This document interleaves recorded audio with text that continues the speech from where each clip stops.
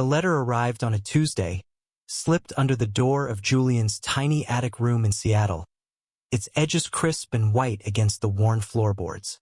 "We regret to inform you that you are no longer welcome at family gatherings," it read, signed by his grandmother, the matriarch who'd once braided his hair and called him her little star. At 17, Julian Harris felt the weight of those words carve a hole in his chest, as if his own blood had disowned him for daring to love who he loved. Julian sat on the edge of his bed, the paper trembling in his hands. The world outside his window buzzed with the hum of Capitol Hill, neon signs flickering, laughter spilling from coffee shops. But inside, silence choked him. He'd come out to his family 6 months ago, his voice steady as he told them about Ethan, the quiet boy from his art class who made his heart race. He'd expected questions, maybe awkward hugs. Instead, his grandmother's face had hardened, her lips thinning into a line that screamed betrayal. His parents, torn between loyalty to her and love for him, had stayed silent. Now, this letter was their final verdict. Julian was erased, cut from the Harris family tree like a diseased branch. He crumpled the paper and shoved it into his pocket, his breath hitching. The attic, with its slanted ceiling and peeling paint, felt smaller than ever. He grabbed his sketchbook, his one refuge, and flipped to a half-finished drawing of Ethan's smile. Soft, crooked, perfect. But even that couldn't stop the ache. He needed air, space, anything to escape the weight of being unwanted. Pulling on his hoodie, he slipped out into the rainy Seattle night, the city's pulse calling him toward answers he didn't yet have. The streets of Capitol Hill were alive, vibrant with color and chaos. Rainbow flags hung from lampposts, and couples walked hand in hand, unbothered by the drizzle. Julian envied their ease, their freedom. He wandered past a mural of interlocking hands, its bold lines a reminder of what he'd lost. His phone buzzed, a text from Ethan. "You okay? Miss you." Julian's fingers hovered over the screen, but he couldn't reply.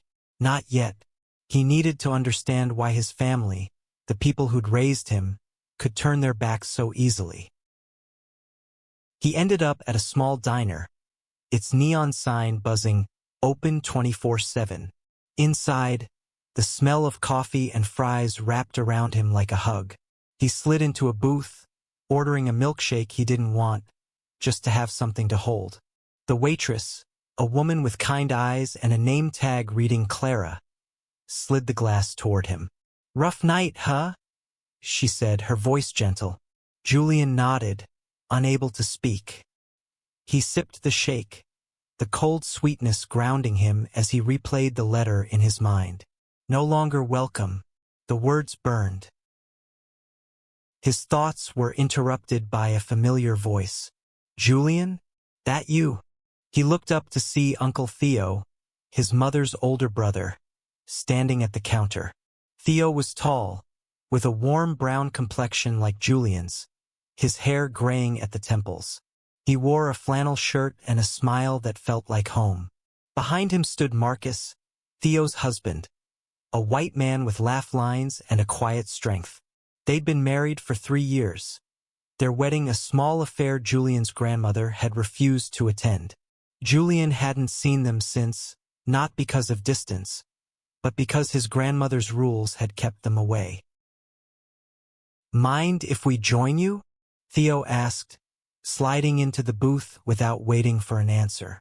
Marcus followed, his eyes scanning Julian's face with concern. "You look like you've seen a ghost, kid," Theo said, his tone light but probing. Julian forced a smile, but it faltered. He didn't want to burden them, not when they'd already faced so much from the family. But Theo's gaze was steady, unrelenting. "Talk to me, Julian. What's going on?" The words spilled out before he could stop them. He told them about the letter, the cold rejection, the way his parents had stood by silently. His voice cracked as he described the shame, the fear that he'd never belong anywhere. Marcus listened quietly, his hands folded on the table, while Theo's jaw tightened, his eyes flashing with something fierce. When Julian finished, the diner felt too small, too quiet, as if the world was holding its breath. Theo leaned forward, his voice low but steady. "Listen to me, Julian. That letter is not your truth. It's theirs. And it's a lie." He reached across the table, gripping Julian's hand. "You are not erased. You are not unwanted. You are ours." Marcus nodded, his expression soft but resolute. "Family isn't just blood," he said. "It's who shows up when you need them. And we're here." Julian's throat tightened, tears stinging his eyes. He wanted to believe them, but the letter's words still echoed, sharp and unyielding. Theo and Marcus exchanged a glance, a silent agreement passing between them. "Come stay with us," Theo said. "Just for a bit. Let us show you what family can mean." Julian hesitated, his heart torn between fear and hope. But something in their eyes, steady, unwavering, made him nod. They left the diner together, the rain still falling, but Julian felt lighter, like a weight had shifted. As they walked toward Theo and Marcus's apartment, the city's lights blurred into streaks of color, and for the first time that night, Julian dared to hope that he wasn't as alone as he'd thought. Theo and Marcus's apartment was a small, cozy haven tucked above a bookstore in Capitol Hill. The walls were lined with shelves of novels and framed photos, snapshots of their travels, their wedding, their life together. Julian stood in the living room, clutching his backpack, feeling like an intruder in their world. The warmth of the space, with its mismatched rugs and soft jazz playing from a record player, made his chest ache. It was everything his grandmother's cold, pristine house wasn't. "Make yourself at home," Marcus said, tossing a blanket onto the couch. "That's your bed for now, but we'll figure something out." Julian mumbled a thank you, still reeling from the diner. He hadn't planned to stay, hadn't even packed a bag properly. Just a sketchbook, a change of clothes, and his phone. But Theo's insistence had been firm, and Marcus's quiet kindness made it impossible to say no. Over the next few days, Julian settled into a strange rhythm. Mornings were spent sketching at the kitchen table while Theo cooked breakfast, humming old soul tunes. Marcus, a graphic designer, worked from home, his laptop glowing with vibrant mock-ups. They didn't pry, but they asked questions, gentle ones about school, about Ethan, about what Julian wanted from life. It was the first time in months anyone had cared to listen. One evening, as rain tapped against the windows, Theo sat Julian down with a mug of hot chocolate. "We need to talk about your parents," he said, his voice careful but firm. Julian tensed, his fingers tightening around the mug. He hadn't spoken to them since the letter, hadn't wanted to face their silence again. "They're caught in the middle," Theo continued. "Your grandmother's got a hold on them, always has. But that doesn't mean they don't love you." Julian shook his head, bitterness rising. "If they loved me, they'd have fought for me." His voice was sharp, louder than he meant. Marcus, sitting across the room, looked up from his book. "They might still," he said quietly. "Sometimes people need time to unlearn what they've been taught." Julian wanted to argue, to scream that time didn't erase betrayal, but Marcus's calm certainty stopped him. He sank back into the couch, unsure. The next day, Julian met Ethan at a park near the apartment. Ethan was lanky, with curly hair and a shy smile that made Julian's heart stutter. They sat on a bench, sharing earbuds and listening to a playlist Ethan had made. "You're staying with your uncle?" Ethan asked, his voice soft. Julian nodded, telling him about Theo and Marcus, the diner, the letter. Ethan listened, his hand brushing Julian's, a quiet anchor. "They sound like good people," he said. "You deserve that." Julian's chest tightened, not with pain this time, but with something warmer, something new. Back at the apartment, Theo and Marcus were planning a small gathering, a chosen family dinner, they called it. They invited friends, a mix of artists, activists, and neighbors, all of whom greeted Julian with easy warmth.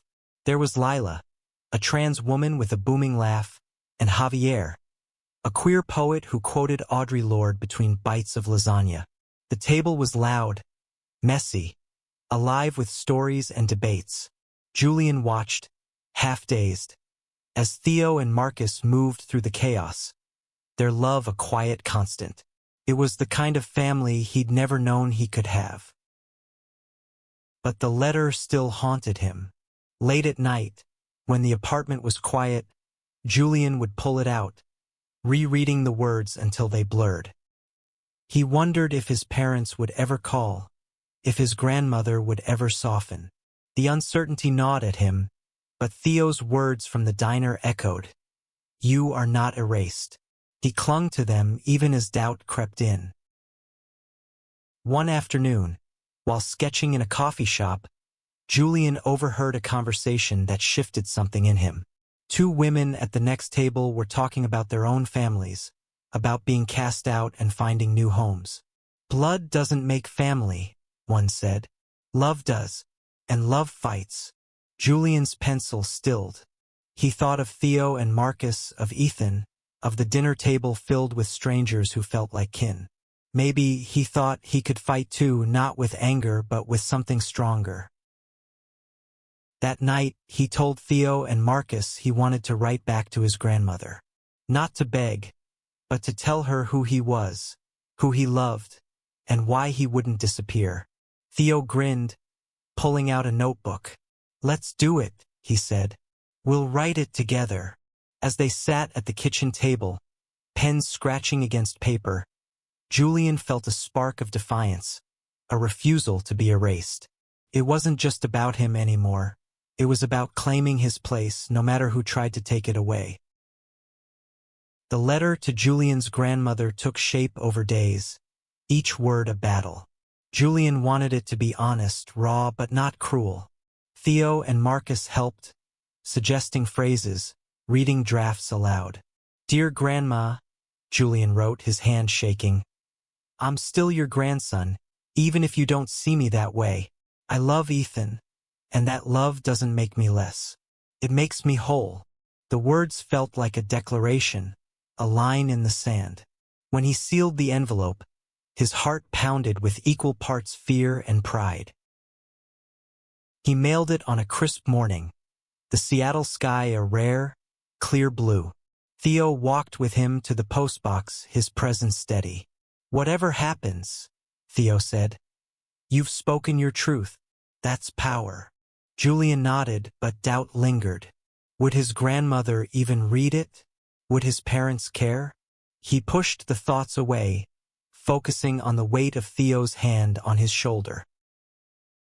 Back at the apartment, life with Theo and Marcus became a kind of refuge. Julian started helping Marcus with design projects, learning to use software to bring his sketches to life. Marcus was patient, guiding him through layers and color palettes, praising his instinct for bold lines. Theo, meanwhile, shared stories of his own coming out, decades ago when the world was less forgiving. "I lost people too," he admitted one night, his voice soft, "but I found better ones." He glanced at Marcus, who smiled, and Julian felt a pang of hope. School was harder. Julian's classmates didn't know about the letter, but whispers followed him. Rumors about why he'd moved out, why he was staying with his weird uncle. Ethan was his anchor, meeting him after class with coffee or a quick hug. One day, Ethan showed him a painting he'd made, a vibrant abstract of two figures holding hands against a stormy sky.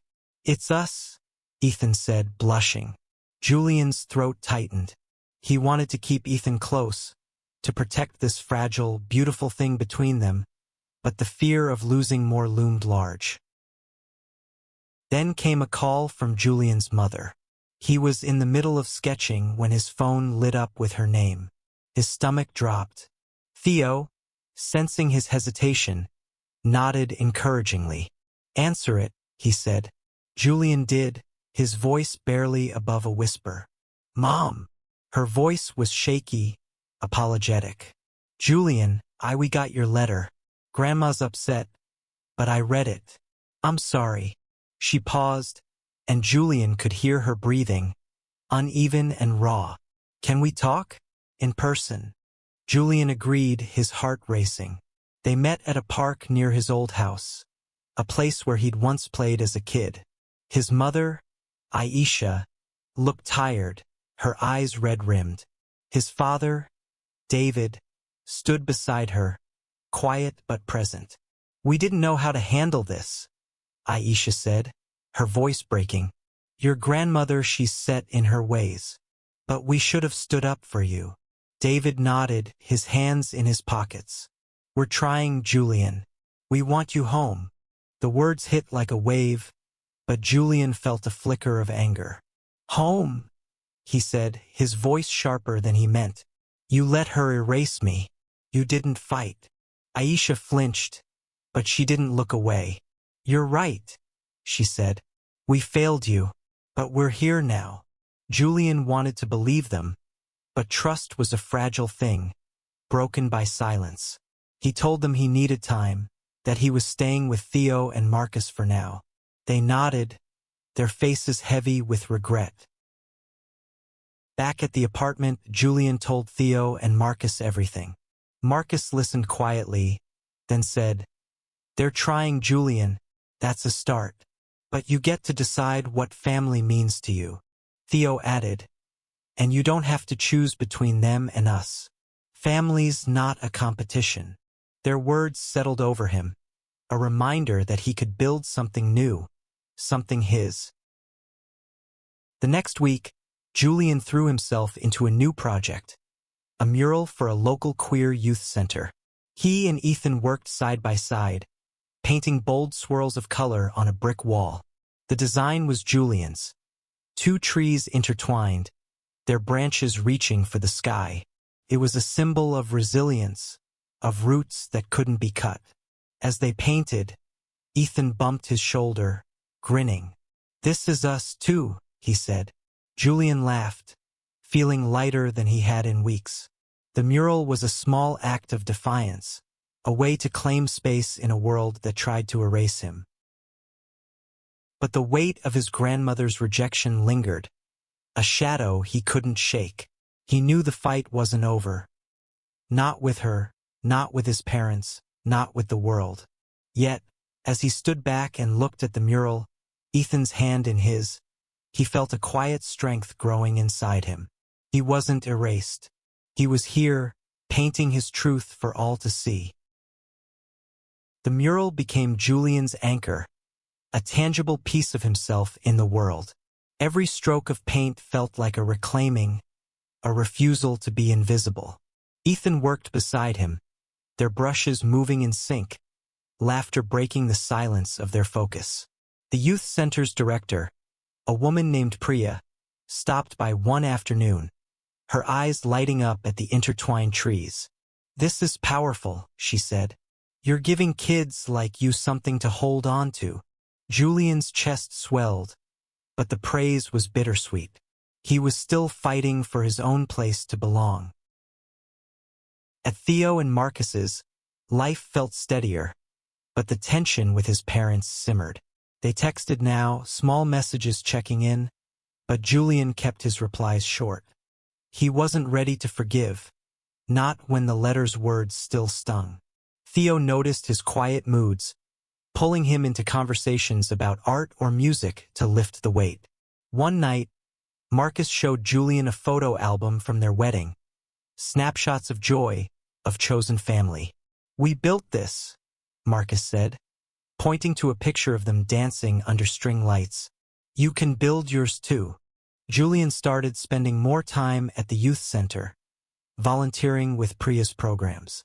He met other queer teens, kids like Mia who'd been kicked out at 15, and Sam, who was navigating their non-binary identity in a conservative family. Their stories echoed Julian's, but they also showed him resilience, the way pain could forge strength. He began teaching an art workshop, guiding younger kids through sketches and colors. Watching them create, unafraid, made him feel like he was part of something bigger. But the past wasn't done with him. One evening, as Julian and Ethan walked home from the center, a car pulled up beside them. It was his grandmother's old sedan, her silhouette rigid in the driver's seat. Julian froze, his hand tightening around Ethan's. She rolled down the window, her face a mask of disapproval. "Julian," she said, her voice cold. "We need to talk." Ethan stepped forward, protective, but Julian shook his head. "I've got this," he whispered, his heart pounding. They sat in a nearby cafe, the air thick with tension. His grandmother, Evelyn, clutched her purse, her eyes avoiding his. "Your letter was disrespectful," she said. "You've chosen a path that goes against our values." Julian's hands clenched under the table. "My path is who I am," he said, his voice steady despite the tremor in his chest. "I'm not asking for your approval. I'm asking for your love." Evelyn's lips tightened, but for a moment, her eyes softened, a flicker of doubt. "This isn't easy for me," she said finally. "I need time." It wasn't an apology, but it was something. Julian nodded, leaving the cafe with a mix of anger and hope. Back at the apartment, he told Theo and Marcus about the encounter. Theo's face darkened. "She's got no right to judge you," he said. "But you stood your ground. I'm proud." Marcus added, "She's struggling because she's been taught to fear what she doesn't understand. That's her burden, not yours." Their words helped, but Julian couldn't shake the image of his grandmother's face, torn between love and dogma. He threw himself back into the mural, adding details. A bird in the branches, a sunrise behind the trees. Ethan helped, their hands brushing as they painted. One evening, as they finished a section, Ethan kissed him, soft and sure, under the glow of a streetlight. "You're stronger than you know," Ethan said. Julian smiled, feeling the truth of it for the first time. He was building something, maybe not with his grandmother, but with Ethan, with Theo and Marcus, with the kids at the center. Then came an invitation that shook him. His parents wanted him to come to a family dinner, not at his grandmother's, but at their house, a neutral space. "Just us," Aisha's text read. "No pressure." Julian hesitated, his thumb hovering over the reply. Theo and Marcus sat with him, weighing the decision. "It's your call," Theo said. "But if you go as you are. No hiding." Julian nodded, a plan forming. He'd go, but he wouldn't go alone. He texted Ethan, "Will you come with me?" Ethan's reply was instant. "Always." As the dinner approached, Julian felt a mix of dread and determination. He was done being erased. Whatever happened, he'd walk into that house with his head high, Ethan by his side, carrying the strength of the family he'd found. The night of the dinner, Julian stood in front of Theo and Marcus's mirror, adjusting his jacket. Ethan waited by the door, nervous but steady, his hand brushing Julian's for courage. Theo gave them a nod, his eyes warm. "You've got this," he said. Marcus added, "And we're here, no matter what." Julian clung to their words as he and Ethan walked to his parents' house, the Seattle air sharp with autumn chill.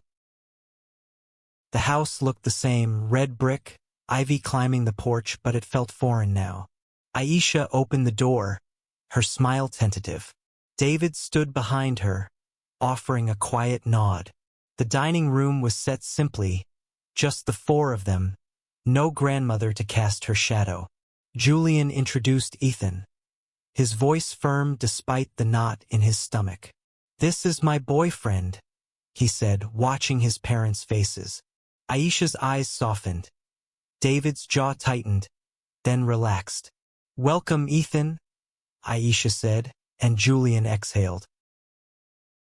Dinner was awkward at first, the clink of forks loud in the silence. Aisha asked about school, about the mural, her questions careful but genuine. David was quieter, but he listened, his eyes on Julian like he was seeing him for the first time. Ethan chimed in, talking about their art, their plans for the youth center. Slowly, the tension eased, replaced by something fragile but real. "We've been talking to your grandmother," Aisha said midway through. "She's stubborn, but she's struggling too. She read your letter." Julian's fork paused. "And?" he asked, his voice sharp. David spoke up, his voice low. "She's not ready to change, Julian. But we are. We want you in our lives. Both of you." He glanced at Ethan, a small gesture that carried weight. Julian's throat tightened, a mix of relief and skepticism. "Why now?" he asked. Aisha reached for his hand, her touch warm. "Because we were wrong to stay silent. We're learning, Julian. We're trying." The words weren't enough to erase the hurt, but they were a start.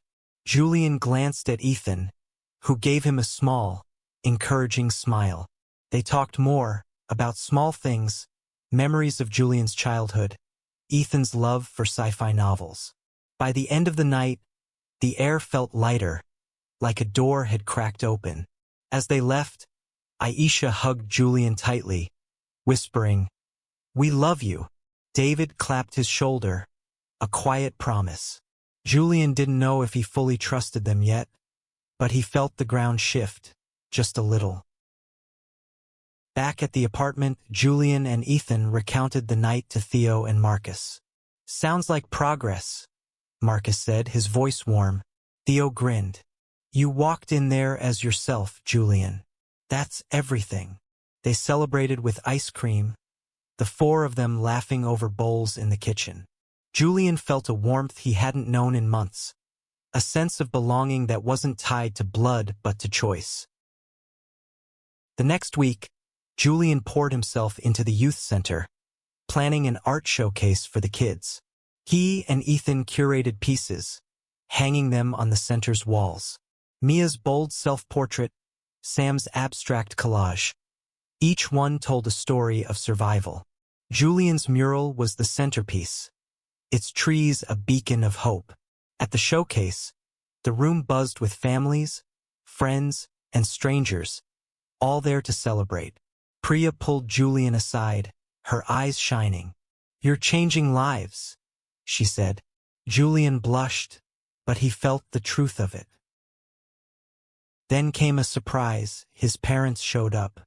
Aisha and David stood in the crowd, clapping for the kids, their eyes lingering on Julian's mural. Afterward, they approached, Aisha holding a small gift, a sketchbook with a leather cover. "For your next masterpiece," she said.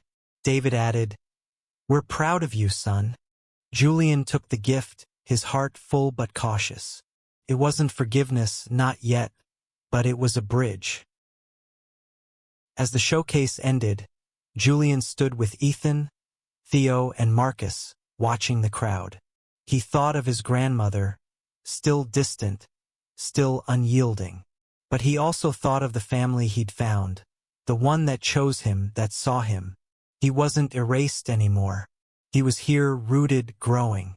And as Ethan's hand found his, Julian knew he'd keep fighting, not just for himself, but for everyone who needed a place to belong. Months passed, and Julian's life took on a new rhythm. He stayed with Theo and Marcus, their apartment a home in every sense. School ended, and he graduated, Ethan cheering loudest in the crowd. His parents were there too, their presence a quiet promise of change. They'd started attending a support group for families of queer kids, learning to navigate their mistakes. Julian saw their effort, felt it in their calls, their visits. Trust was slow, but it was growing. The youth center became his second home. Julian took on more responsibilities, leading workshops and mentoring younger teens. He and Ethan planned a summer art camp, their ideas spilling over late-night coffees. The mural, now a local landmark, drew visitors who left notes of gratitude at its base. One read, "Thank you for reminding me I'm not alone." Julian kept it, a reminder of why he kept going. His grandmother remained a shadow. She hadn't responded to his letter, hadn't reached out. Julian heard from his mother that Evelyn was struggling, caught between her beliefs and the love she still felt. He didn't know if she'd ever come around, but he stopped waiting for her approval. He had a family now, Theo, Marcus, Ethan, the kids at the center. They were his roots, stronger than any family tree. One evening, at another chosen family dinner, Julian stood to speak. The table was crowded, Lila, Javier, Priya, and new faces from the center. Theo and Marcus watched him, their pride evident. "I was told I didn't belong," Julian said, his voice steady. "But you all showed me I do. Thank you for being my family." The room erupted in cheers, Ethan squeezing his hand under the table. Marcus raised a glass, his voice warm. "You still belong here, Julian. Always will." Later, as they cleaned up, Theo pulled Julian aside. "You're stronger than I was at your age," he said. "You're building something real." Julian smiled, thinking of the mural, the kids, the life he was carving out. He thought of Ethan's laugh, Marcus's quiet wisdom, the way Theo's voice grounded him. He thought of his parents trying, and the door they'd opened, however small. That night, Julian sat on the apartment's balcony, sketching under the stars. The city hummed below, alive with possibility. He drew a new tree, its branches wide, sheltering a crowd of figures, some clear, like Ethan and Theo, others vague, waiting to be defined. It was his family, chosen and fought for, a tree that wouldn't erase him. As he finished, Ethan joined him, wrapping an arm around his shoulders. "What's this one called?" he asked, nodding at the sketch. Julian thought for a moment, then smiled. "Home," he said, and for the first time he knew it was true.